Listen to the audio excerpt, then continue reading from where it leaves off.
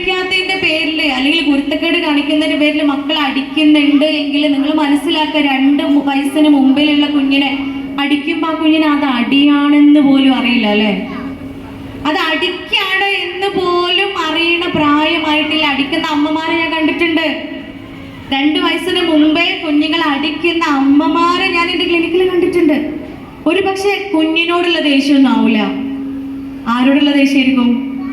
അമ്മായിമാരോട് അല്ലേ, അല്ലെങ്കിൽ നാത്തൂനോട്, അതും അല്ലെങ്കിൽ കുട്ടിന്റെ പാപ്പാനോട്, അതുമല്ലെങ്കിൽ കുഞ്ഞുമായോ നമ്മളുമായോ യാതൊരു ബന്ധവുമില്ലാത്ത, ഈ കുഞ്ഞിന്റെ വളർച്ചയുമായി യാതൊരു ബന്ധവുമില്ലാത്ത ആരോടോ ഉള്ള ദേഷ്യം ആരോട് തീർക്കും? കുട്ടീനോട് തീർക്കും. നിങ്ങൾ ആലോചിച്ച് നോക്കി, ഈ കുട്ടി ഇതൊന്നും അറിയുന്നേ ഇല്ല. ഈ കുട്ടി ഇതൊന്നും അറിയാതെ ഇരിക്കുമ്പോ ഈ 2 വയസ്സ് വരെയുള്ള കുഞ്ഞിന് എങ്ങനെ ടച്ച് കൊടുക്കും എന്നുള്ളത് ഇപ്പൊ മോഡേൺ അമ്മമാരാണ് ഇവിടെ മുമ്പിൽ ഇരിക്കുന്നതൊക്കെ. ഈ മോഡേൺ അമ്മമാരോട് പറയാനുള്ളത് എന്താ? നമ്മൾ പാൽ കൊടുക്കുക കുട്ടിക്ക് അല്ലെ, നമ്മള് മടിയിൽ കിടത്തി ഫീഡ് ചെയ്യുന്ന സമയത്ത് കുട്ടി എങ്ങടാ നോക്കുക? ചുമരുമക്കം, മുഖത്തൊക്കെ. ചുമരുമക്കം ഫാനുമക്കം ഒന്നല്ല, അമ്മയുടെ മുഖത്താണ് കുഞ്ഞ്. ഉറങ്ങാതെ കിടക്കണ കുട്ടിയാണെങ്കിൽ കണ്ണിമ വെട്ടാതെ അമ്മയുടെ മുഖത്തേക്ക് നോക്കി നിൽക്കുമ്പോളെ കുട്ടി. നമ്മളോ നമ്മളോ ഫോണിലല്ലേ. കുട്ടിന്റെ കണ്ണൊക്കെ ആർക്കണ്ണിയാളെ നേരം. ഒരിക്കലും ഒരു ക്ലാസ്സിൽ ഈ വിഷയം പറഞ്ഞപ്പോഴേ മുമ്പിൽ ഇരിക്കുന്ന ഇത്തിരി പ്രായമായ ഒരു വല്യമ്മ എഴുന്നേറ്റ് എന്നിട്ട് പറഞ്ഞതാ, അല്ലെങ്കിൽ കുട്ടി കരയുമ്പോ നിങ്ങൾക്ക് 2 സന്തോഷമല്ലേ എന്ന്. കുട്ടി കരയുമ്പോ നിങ്ങൾക്ക് എന്നോടാ പറയണതേ, കുട്ടി കരയുമ്പോ നിങ്ങൾക്കൊക്കെ 2 സന്തോഷമല്ലേ. എന്താ അമ്മ 2 സന്തോഷം? അപ്പൊ അമ്മ പറയാണ്, ഒന്നാമത്തെ സന്തോഷം എത്ര മല മറിക്കണ പണിയാണെങ്കിലും അത് അവിടെ ഇട്ട് പോവാ. സത്യല്ലേ? എത്ര മല മറിക്കണ പണിയാണെങ്കിലും കുട്ടി കരഞ്ഞാൽ നോ കോംപ്രമൈസ്. പാൽ കൊടുക്കണമെങ്കിൽ ആരെത്തണം? അത് നമ്മൾ തന്നെ എത്തണം. അപ്പൊ എത്ര മല മറിക്കണ ജോലി തിരക്കിലാണെങ്കിലും ആ ജോലി അവിടെ ഇട്ട് കുട്ടീൻ്റെ അടുത്ത് പോകും. അപ്പൊ 2ാമത്തെ സന്തോഷം എന്താ? ഒന്നാമത്തെ ഓക്കെ നമ്മൾ അംഗീകരിച്ച്, 2ാമത്തെ സന്തോഷം എന്താ? ഫോൺ കളിക്കാലോ എന്ന് അല്ലേ, ഫോണ് നോക്കാലോ. ഈ കുഞ്ഞിക്കുമ്പെന്ന് അറിയണത് വരെ നമ്മൾ വെറുതെ ഇരിക്കല്ലേ, വിശന്ന് കരയാ. ഓന്റെ കുഞ്ഞിക്കുമ്പെന്ന് അറിയണത് വരെ കുട്ടി ഇങ്ങനെ പാല് കുടിക്കുക, നമ്മളെ കണ്ണുക്കും നോക്കി. നമ്മളോ ഫോണിലേക്ക്.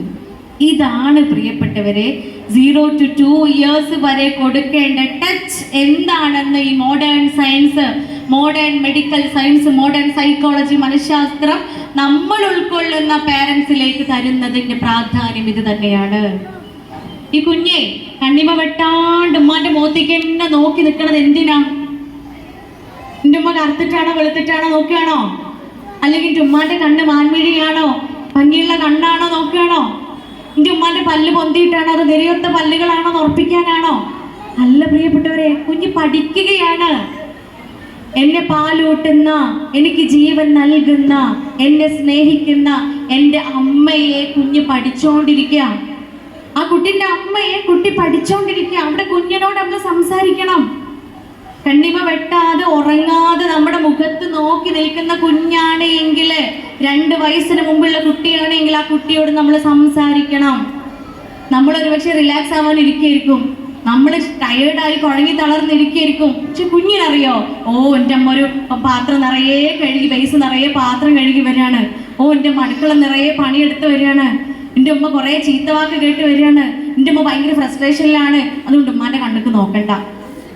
കുട്ടി വിചാരിക്കൂല പ്രിയപ്പെട്ടവരെ, കുഞ്ഞിനെ അത് അമ്മയാണ് ആദ്യാക്ഷരം പഠിപ്പിക്കുന്ന അല്ലെ. കുട്ടിക്ക് ആദ്യാക്ഷരം പഠിപ്പിച്ചു കൊടുക്കുന്ന അമ്മയാണ്.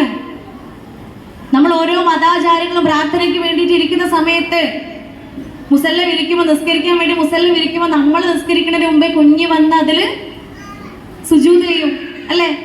കുഞ്ഞ് വന്ന് അവന്റെ നെറ്റിത്തടങ്ങള് നിലത്തിങ്ങനെ മുട്ടിക്കും. എന്തിനാ? ഇതൊരു പ്രോസസ്സാണെന്ന് അവൻക്കറിയാം, അവൾക്കറിയാം. നമ്മൾ വിളക്കെടുക്കുമ്പോഴത്തിന് അല്ലെങ്കിൽ വിളക്ക് കൊടുക്കേണ്ട സമയമാകുമ്പോഴത്തിന് കുഞ്ഞ് നമുക്ക് വിളക്കെടുത്ത് കൊണ്ടുവന്ന് തരും. കാരണം ആ സമയമാണ്, വിളക്ക് കൊടുക്കേണ്ട സമയമാണ്, പ്രാർത്ഥിക്കേണ്ട സമയമാണ് എന്ന് കുഞ്ഞ് എവിടുന്ന് പഠിച്ചു? അമ്മ പഠിപ്പിച്ചു കൊടുത്തു. അമ്മ ചെയ്യുന്നത് കുഞ്ഞ് കണ്ടുപഠിച്ചു. വീട്ടിലെ ആളുകൾ ചെയ്യുന്നത് കണ്ടുപഠിച്ചു. അതിൻ്റെ ആദ്യ പാഠങ്ങൾ കുഞ്ഞ് പഠിക്കുന്നത് അമ്മയുടെ മടിത്തട്ടിൽ നിന്നാണ്. ഈ പാല് കുടിക്കുന്ന സന്ദർഭമാണ് അതിന് ഏറ്റവും ഉചിതമായ സമയം. അപ്പൊ ആ സമയത്ത് ഒരുപക്ഷെ നമുക്ക് ഫോൺ നോക്കാൻ കിട്ടുന്ന സമയം അത് തന്നെ ആയിരിക്കും. ഫോണിൽ നിന്ന് ഒന്നും നത്തിങ് ബെനഫിറ്റ്, ഒന്നും അതിന് കിട്ടാനില്ല. അതുകൊണ്ട് ആ സമയം കുഞ്ഞിന് തന്നെ കൊടുക്കുക എന്നതാണ് ടച്ചിന്റെ പ്രാധാന്യം. അവിടെ കുഞ്ഞിനോട് സംസാരിക്കണം, അവിടെ കുഞ്ഞിനോട് നമ്മൾ വാക്കുകൾ പറയണം, നമുക്ക് പറയാനുള്ള എല്ലാ ഇമോഷൻസും കുഞ്ഞിനോട് പറയണം, പുന്നാരിക്കണം. അതാണ് 0 to 2 years വരെ കൊടുക്കേണ്ട ടച്ച്. അത് കഴിഞ്ഞിട്ട് 2 വയസ്സ് മുതൽ 6 വയസ്സ് വരെ 2 വയസ്സ് മുതൽ 6 വയസ്സ് വരെ കുഞ്ഞിന് കൊടുക്കേണ്ട T ഈസ് ട്യൂണിങ്. കുഞ്ഞിന് നമ്മൾ ട്യൂൺ ചെയ്യേണ്ട സമയമാണ്. നമുക്കറിയാം, നമ്മൾ റേഡിയോ ഒക്കെ ഇട്ട് കഴിഞ്ഞു കഴിഞ്ഞാൽ റേഡിയോ ഓൺ ചെയ്ത സമയത്ത് തന്നെ ഏറ്റവും നല്ല സൗണ്ടിൽ അതിൽ നിന്ന് മ്യൂസിക്കും അതിൽ സംസാരങ്ങളും നമുക്ക് കേൾക്കില്ല. നമ്മൾ ആ ബട്ടൺ ഒന്ന് തിരിച്ച് അത് ട്യൂൺ ചെയ്ത് ആ സ്റ്റേഷൻ കറക്റ്റ് ആ സ്റ്റേഷനിലേക്ക് എത്തിക്കും. ആ പ്രോസസ്സിനെ നമ്മൾ ട്യൂണിങ് എന്ന് പറയുക. ഈ മക്കളെ ട്യൂൺ ചെയ്യേണ്ട സമയമാണ്. അതായത് 2 വയസ്സ് മുതൽ 6 വയസ്സ് വരെ കുഞ്ഞ് നടക്കാനും ചിരിക്കാനും കളിക്കാനും സംസാരിക്കുവാനും ഇടപഴകുവാനും പഠിക്കുന്ന സമയമാണ്. കളിക്കാൻ മാത്രമല്ല കുഞ്ഞ് പഠിക്കുക, അവൻ നടക്കാൻ പഠിക്കും, അവൻ കളിക്കാൻ പഠിക്കും, അവൻ ചിരിക്കാൻ പഠിക്കും, അവൻ രസിക്കാൻ പഠിക്കും, അവന് പ്രവർത്തിക്കാനും ഇടപെടുവാനും സംസാരിക്കുവാനും പഠിക്കുന്ന സമയമാണ്. അതുകൊണ്ട് എന്ത് സംസാരിക്കണം, എന്തെല്ലാം സംസാരിക്കണമെന്ന് കുട്ടി നമ്മളെ കേൾക്കുന്നതിന്റെ അടിസ്ഥാനത്തിലാണ് പഠിക്കുന്നത്. അതുകൊണ്ട് ഏറ്റവും നല്ലതുകൾ മാത്രം കുഞ്ഞ് കേൾക്കുന്ന സാഹചര്യം വീട്ടിലുണ്ടാക്കുക. അതിന് ഏറ്റവും ഉചിതമായത് അമ്മയും അച്ഛനുമാണ്. മാതാപിതാക്കൾ എപ്പോഴും കലഹമാണ് എങ്കിൽ, അവരെപ്പോഴും നമ്മൾ വഴക്കാണ് എങ്കിൽ അതിലൂടെ വളരുന്ന കുഞ്ഞുങ്ങളും അപ്രകാരമേ ആവുകയുള്ളൂ.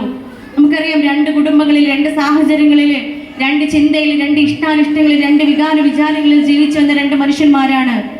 അവർ വിവാഹം എന്ന് പറയുന്ന പവിത്രമായ കർമ്മത്തിലൂടെ ഒന്നു ചേരുകയാണ്. വിവാഹം എന്ന വാക്കിന്റെ അർത്ഥം തന്നെ വിശുദ്ധമാക്കപ്പെട്ട വഹനം എന്നാണ്.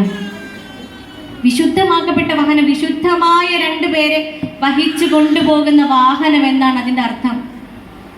ആ വാഹനത്തിലുള്ള 2 പേരും 2 വിഭിന്നമായ ചിന്തയുള്ളവരാ, വിഭിന്നമായ വികാര വിചാരങ്ങളുള്ളവരാണ്.